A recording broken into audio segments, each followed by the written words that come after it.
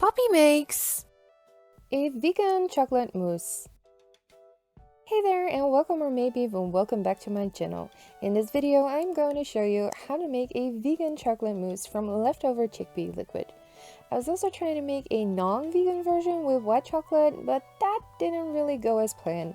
But nevertheless, to make a vegan chocolate mousse, you will be needing cups or jars to put the mousse in, chickpeas with liquid. The liquid is called aquafaba, mixing bowls, a whisk or a mixer, vegan chocolate. Vegan chocolate is a chocolate without any milk products in it. You could swap it for a chocolate bar with milk in it, but that would make it non-vegan. So that could only work if you are a non-vegan. A sieve, icing sugar, and some salt. Take a bowl and a sieve and open the cans of chickpeas and drain them. On the can, it usually says how much the weight is and also how much the weight is after draining. In my case, I've got a can of 410 grams of chickpeas. The drain weight is 240, so 410 minus 240 is 170, which means one can has about 170 grams, or in better liquid terms, 170 milliliters of aquafaba. Don't throw away the cans, they make excellent pots for plants. I'll be uploading a video on that soon. Place the drained chickpeas in another bowl and save for later. I'll be making falafel with these. I'm just going to transfer the aquafaba into a bigger bowl because mixing it will at least double it in size. I was planning on making two types of mousse. I wanted to try and make a vegan dark mousse and a non-vegan white mousse. And for the vegan dark mousse, I'm using a biological and vegan brand of chocolate, which might be a little difficult to get because not all stores sell vegan chocolate. For the white, I am also using a biological brand of chocolate, but a non-vegan. This contains products like milk. You could, of course, use a different chocolate if you are a non-vegan. Then you could easily get any type of chocolate bar you like, but that only works if you're on a non-vegan diet. I'm using about 2 teaspoons of icing sugar in the aquafaba, and then I just whisk until it has a smooth, fluffy consistency.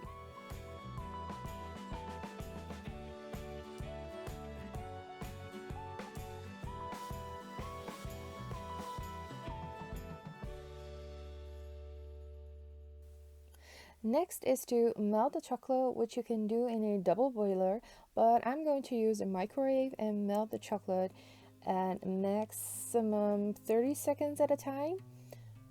Just break the chocolate into smaller pieces to speed up the process. Don't forget to use a towel or a pot holder because the bowl can get very hot. What I forgot to tell you before, for 100 grams of chocolate, you need about 100 milliliters of aquafaba. So that is really easy to remember, just 100 grams, 100 milliliters.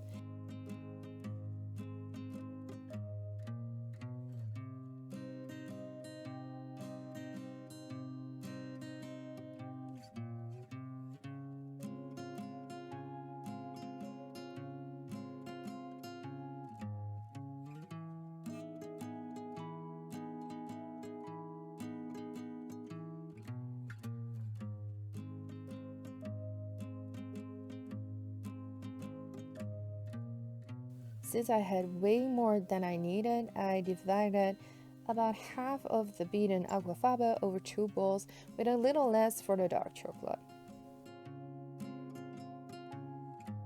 Now it's just a matter of folding the two together without knocking out all the air.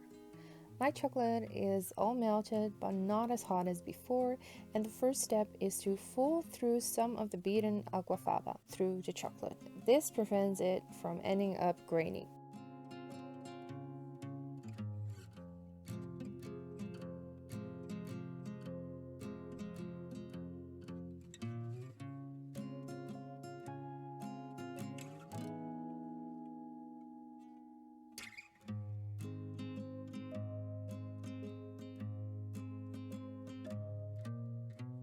Once you fold the chocolate through the aquafaba, it's time to gently fold all the chocolate through the rest of the bean and aquafaba.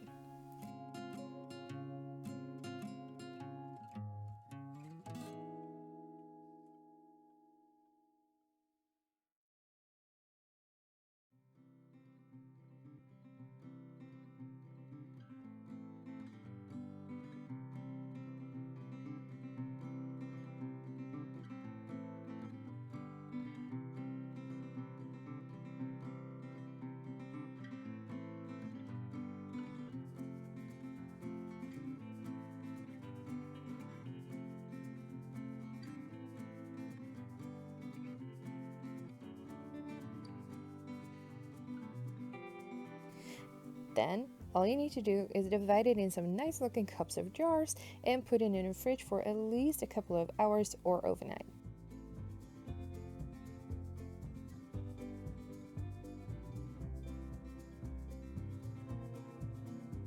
Once the chocolate mousse has had time to set, it is time to dig in. Finish with some fresh fruit and maybe even some plant-based whipped cream. There are more and more alternatives coming to cow milk-based whipped cream these days.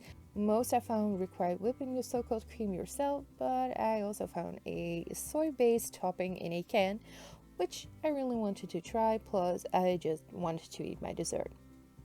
So that is how easy it is to make a chocolate mousse with leftover chickpea liquid. Well, that's to say for the chocolate at least, because this is what happened with the white. I melted the white and I tried to add some honey to it because I wanted to have a nice honey flavor and salty flavor through the mixture. But then it started all curling and getting grainy, and it might be the honey or maybe the temperature of the white chocolate, because white chocolate melts on a different temperature. But yeah, that didn't work out, so I'll be trying that another time again, and hopefully then it will work. But the dark chocolate, so the vegan dark chocolate, is absolutely delicious, and I hope you give it a try.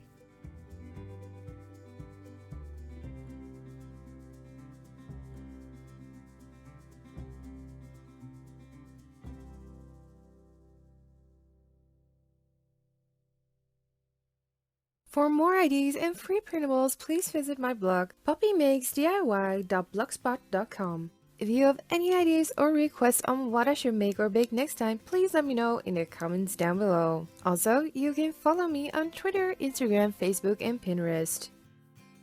Click here to watch any of my other videos or to subscribe to my channel so you'll never miss a thing. Thanks for watching, and see you next time!